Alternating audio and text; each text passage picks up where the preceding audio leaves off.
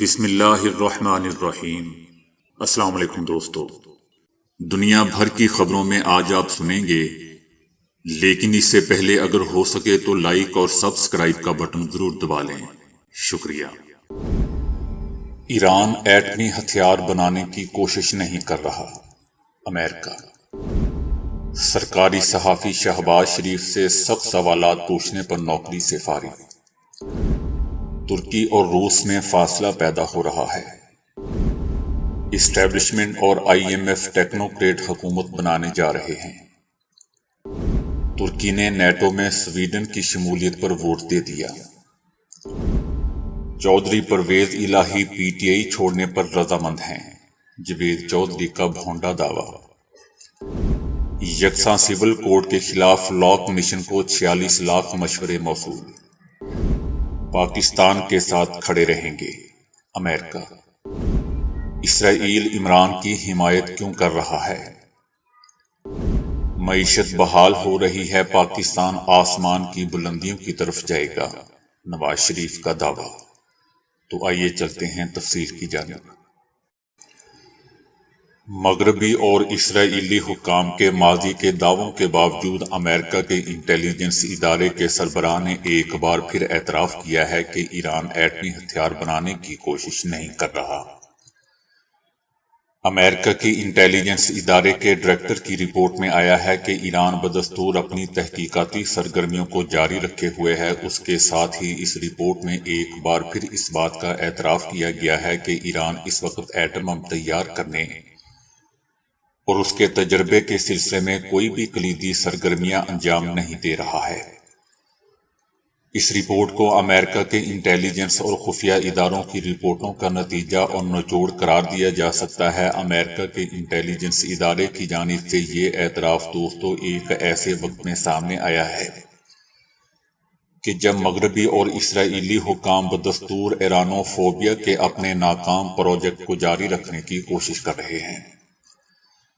ایران نے ہمیشہ اس بات کا اعلان کیا ہے کہ وہ ایٹم بم بنانے کی کوشش نہیں کر رہا ہے اور اسلامی جمہوریہ ایران کی پالیسی میں ایٹم بم کی کوئی گنجائش نہیں ہے۔ PTV کے سرکاری صحافی وزیر اعظم شہباز شریف سے سخت سوالات پوچھنے پر نوکری سے ہی فارغ ہو گئے۔ صحافی نے وزیر اعظم شہباز شریف سے پوچھا کہ یہ میڈیا پر پابندیوں کے حوالے سے بدترین دور کیوں ہے؟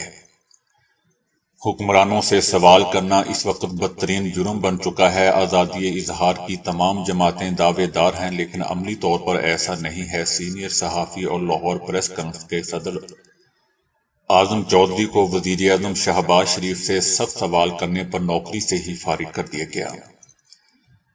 شہباز شریف نے میڈیا کی آزادی پر عائد پابندیوں پر اپنی ناپسندیدگی کا اظہار کرتے ہوئے کہا کہ وہ کسی پابندی کے حق میں نہیں ہیں۔ انہوں نے سوال کی وضاحت کے لیے ذمہ داری وفاقی وزیر اطلاعات مریم اورنگزیب پر ڈال دی اور کہا کہ وزیر اطلاعات موجود ہیں، پیمرا کے قوانین کو ڈیل کریں گی۔ پریس کانفرنس ختم ہونے کے بعد اور عملے نے بقیہ پروگرام کی کوریج کے لیے اپنا سامان تیار کیا۔ اعظم چودھری نے کہا کہ انہیں مطلع کیا گیا کہ انہیں بطور صحافی شرکت کرنے اور اپنی صحافتی فرائض ادا کرنے کی ضرورت نہیں ہے۔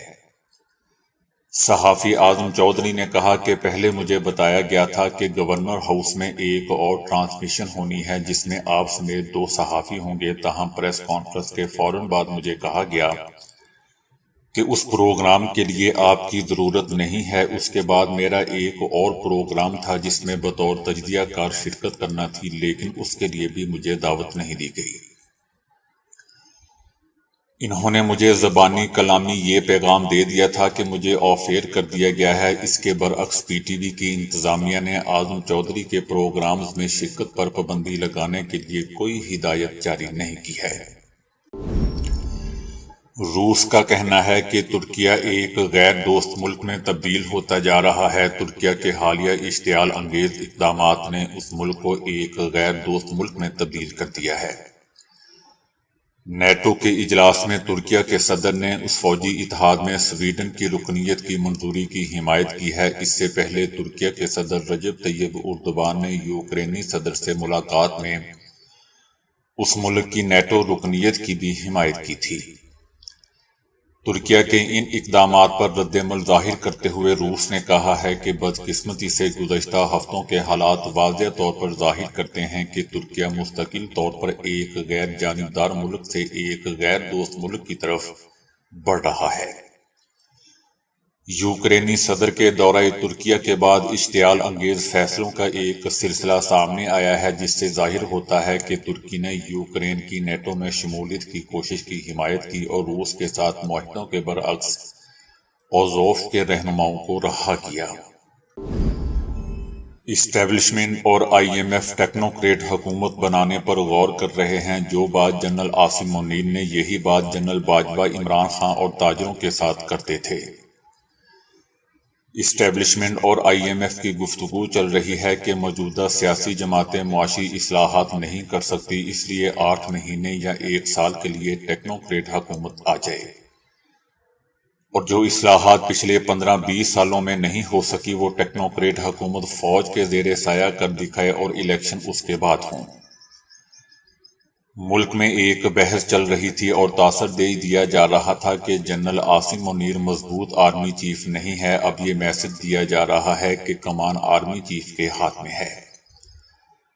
موجودہ صورتحال میں یہ ممکن دکھائی نہیں دیتا کہ قومی اسمبلی کا انتخاب آگے لے جایا جا سکے۔ نیٹو سربراہی اجلاس میں ایک حیران کن پیش رفت سامنے آئی ہے، جس میں ترکی نے سویڈن کے نیٹو میں شامل ہونے کی حمایت کر دی ہے۔ اس سے پہلے ترک صدر رجب طیب اردوغان نے کہا تھا کہ سویڈن صرف اس وقت نیٹو میں شامل ہو سکتا ہے جب ترکی کو یورپی یونین میں شامل کر لیا جائے گا۔ اردوغان 1 سال سے دوستوں زیادہ عرصے سے سویڈن کی نیٹو میں شمولیت کے حوالے سے خدشات کا اظہار کرتے آ رہے تھے اور یورپی یونین کا رکن ملک بننے کا مطالبہ کر رہے تھے۔ چودھری پرویز الہی کے بھائی اور مسلم لیگ کاف کے سربراہ چودھری شجاعت حسین نے متعدد بار ان سے ملاقات کی اور انہیں کہا کہ اپنی صحت کو دیکھیں، پی ٹی آئی چھوڑنے کا اعلان کر دیں اور ضمانت لے کر گھر آ جائیں، جس پر پرویز الہی نے کہا کہ میں خود بہت پریشان ہوں، مونس مجھے پھنسا کر چلا گیا ہے، کیسے اس مشکل سے نکلوں کیونکہ جیل میں میرے ساتھ اچھا سلوک نہیں ہو رہا۔ تجزیہ کار جاوید چودھری نے اپنے حالیہ وی-لاگ میں دعویٰ کیا کہ چودھری پرویز الہی پی ٹی آئی اور عمران خان کے ساتھ چھوڑنے کے لیے رضامند ہو گئے ہیں۔ ان کے بھائی اور مسلم لیگ کاف کے سربراہ چودھری شجاعت حسین نے متعدد بار ان سے ملاقات کی ہے۔ چودھری پرویز الہی نے ایک دن عدالت میں پیشی کے موقع پہ بتایا تھا کہ جیل میں ان کے ساتھ بہت برا سلوک ہو رہا ہے، ان کو جس سیل میں رکھا گیا ہے اس میں ٹانگیں بھی سیدھی نہیں ہوتی، وہاں کیڑے ہیں، نہ اے سی ہے نہ پنکھا، واش روم بھی وہی ہے، پی ٹی آئی میں ہونے کے باعث میرے ساتھ یہ سلوک ہو رہا ہے، 10 دن سے ایک ہی شلوار قمیض پہنی ہوئی ہے، دوائی نہ ہی ڈاکٹر کی سہولت ہے، میری ادویات مجھ تک نہیں پہنچ رہی، کوئی سہولت نہیں دی جا رہی، پولیس والے جو چیزیں لاتے ہیں مجھے دیکھ کر تصویریں بناتے ہیں اور پھر وہ چیزیں ساتھ ہی لے جاتے ہیں۔ جاوید چودھری کا مزید کہنا تھا کہ مونس الہی کے اصرار پر پرویز الہی نے پی ٹی آئی جوائن تو کر لی، کیونکہ مونس کو یہ موقع نظر آ رہا تھا کہ پی ٹی آئی کی حکومت آئی تو ان کو وزارت اعلیٰ مل جائے گی، اور اس کے لیے مونس الہی اپنے والد کی قربانی دینے کے لیے بھی تیار ہو گیا۔ پی ٹی آئی ان کے لیے بہت بڑی گارنٹی ہے، کیونکہ کاف لیگ میں واپس جانے کے بعد انہیں وزارت ملنا مشکل ہو جائے گا۔ جاوید چودھری پروپیگنڈا کر رہا ہے کہ چودھری پرویز الہی کی گرفتاری سے پہلے ان کے صاحبزادے مونس الہی ملک سے فرار ہو کر اسپین چلے گئے ہیں۔ لاء کمیشن نے مذہبی تنظیموں اور عام لوگوں سے 1 ماہ قبل گزارش کی تھی کہ وہ اپنی رائے 13 جولائی تک کمیشن کو بھیج سکتے ہیں۔ یکساں سول کوڈ کو لے کر عوام بڑی تعداد میں اپنے مشورے لاء کمیشن کو بھیج رہے ہیں۔ اس گزارش کا زبردست اثر دکھائی دے رہا ہے، کیونکہ ایک رپورٹ کے مطابق تقریباً 46 لاکھ مشورے لاء کمیشن کو موصول ہو چکے ہیں۔ کمیشن نے 14 جون کو ایک بیان جاری کر کے اس قانون پر منظور شدہ مذہبی تنظیموں اور عوام سے مشورہ طلب کیا تھا اور اس کے لیے 30 دنوں کا وقت دیا تھا، یعنی رائے بھیجنے کی ڈیڈ لائن 13 جولائی طے کی گئی تھی۔ اس طرح دیکھا جائے تو دوستو، ڈیڈ لائن ختم ہونے میں اب محض 1 دن باقی ہے، یعنی لاء کمیشن کو بھیجے جانے والے مشوروں کی تعداد 50 لاکھ تک پہنچ گئی ہے۔ امریکہ کا کہنا ہے کہ پاکستان کی اقتصادی کامیابی کے لیے غیر متزلزل حمایت جاری رکھیں گے۔ مشکل وقت میں پاکستان کے عوام کے ساتھ ہیں۔ پاکستان اور IMF کے درمیان سٹاف لیول معاہدے میں پیش رفت کا خیر مقدم کرتے ہیں۔ ملک کی اقتصادی کامیابی کے لیے ہماری حمایت غیر متزلزل ہے۔ تجارت اور سرمایہ کاری کو مضبوط بنانے کے لیے پاکستان کے ساتھ تکنیکی رابطے جاری رکھیں گے۔ پاکستان کو آئندہ بہت محنت کرنا ہوگی تاکہ طویل المدت اقتصادی بحالی اور خوشحالی کی پائیدار راہ گامزن پر رہ سکے۔ اس سلسلے میں پاکستان کے ساتھ کھڑے رہیں گے۔ امریکہ نے پاکستان یا کسی اور ملک کو کبھی بھی امریکہ یا چائنا میں سے کسی ایک کے انتخاب یا امریکہ اور کسی اور ملک کے درمیان انتخاب کے لیے کہا ہو۔ پاکستان کے غلام سرکاری ٹی وی کے مطابق عمران خان کے پاکستان مخالف قوتوں سے مضبوط روابط ہیں۔ عمران خان آئے دن بیرونی میڈیا کو ہر روز انٹرویوز دے کر فوج اور پاکستان کو بدنام کر رہا ہے، اور پھر ایک اسرائیلی شخص کو کیا ضرورت ہے کہ وہ پاکستان میں ایک سیاسی جماعت کو فنڈز دیں؟ یہ معاملہ سنگین نوعیت اور پاکستان کی سلامتی سے متعلق ہے۔ 9 مئی ملک دشمن کارروائی تھی۔ اسرائیل کا اقوام متحدہ میں عمران خان کی حمایت میں نکل آنا سب کچھ بتا رہا ہے۔ حکیم سعید پہلے بہت ہی پہلے کہہ چکے تھے کہ پاکستان میں ایک ایسا لیڈر آئے گا جس کا اسرائیل سے گٹھ جوڑ سامنے آئے گا۔ سرکاری ٹی وی کے مطابق ان کا کہنا تھا کہ عمران خان کے خلاف فورن فنڈنگ کیس میں یہ بھی سامنے آیا کہ اسرائیل سے فنڈنگ آئی تھی۔ سرکاری غلام ٹی وی کا مزید کہنا تھا کہ 9 مئی کے واقعات میں ملوث گرفتار شدگان تحقیقاتی اداروں کے سامنے بلبل کی طرح بول رہے ہیں اور بتا رہے ہیں کہ 9 مئی کے حکاموں کا حکم کس نے دیا تھا۔ 9 مئی واقعات میں ملوث افراد کو پکڑا گیا تو اسرائیل نے کہا کہ حقوق کی خلاف ورزی ہے۔ اسرائیل ان کے حق میں کھڑا ہو گیا جنہوں نے 9 مئی کو کوئی ادارہ عمارت نہیں چھوڑی تھی۔ لندن میں سرکاری دورے پر رہائش پذیر نواز شریف کا کہنا ہے کہ سمندر پار پاکستانیوں کے مسائل کو حل کرنا ہمارا فرض ہے۔ پاکستان کی معیشت بحال ہو رہی ہے، پاکستان دوبارہ ترقی کرے گا اور عوام خوشحال ہوں گے۔ نواز شریف کا مزید کہنا تھا کہ سعودی عرب اور پوری دنیا میں مقیم پاکستانی قابل فخر اثاثہ ہیں۔ سمندر پار پاکستانیوں کے مسائل کو حل کرنا ہمارا فرض ہے۔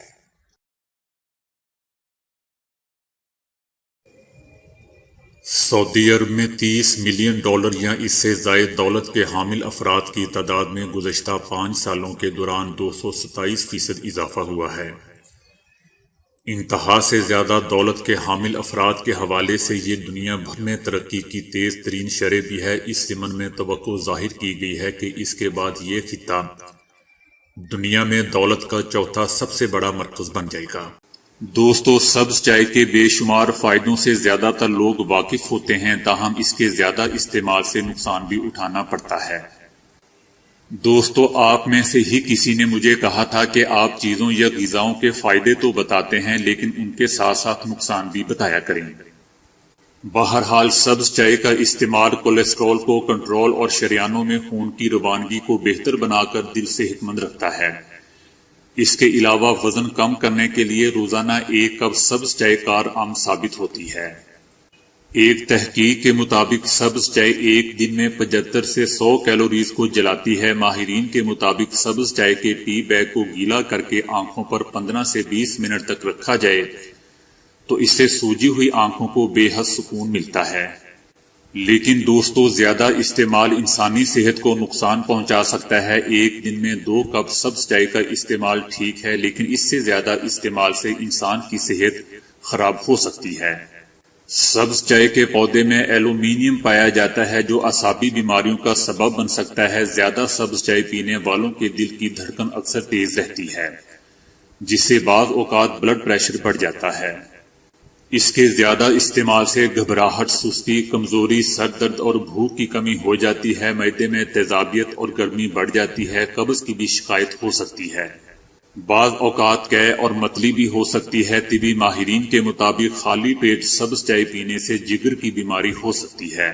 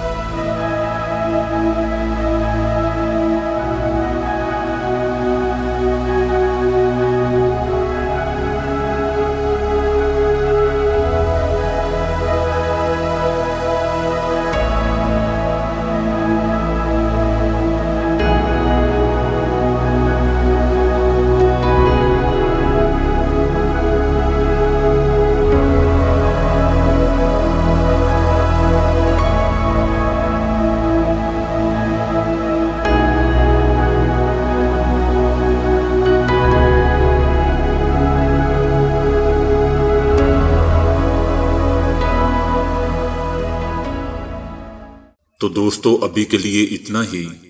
ویڈیو کو لائک اور شیئر کرنے کا بہت بہت شکریہ۔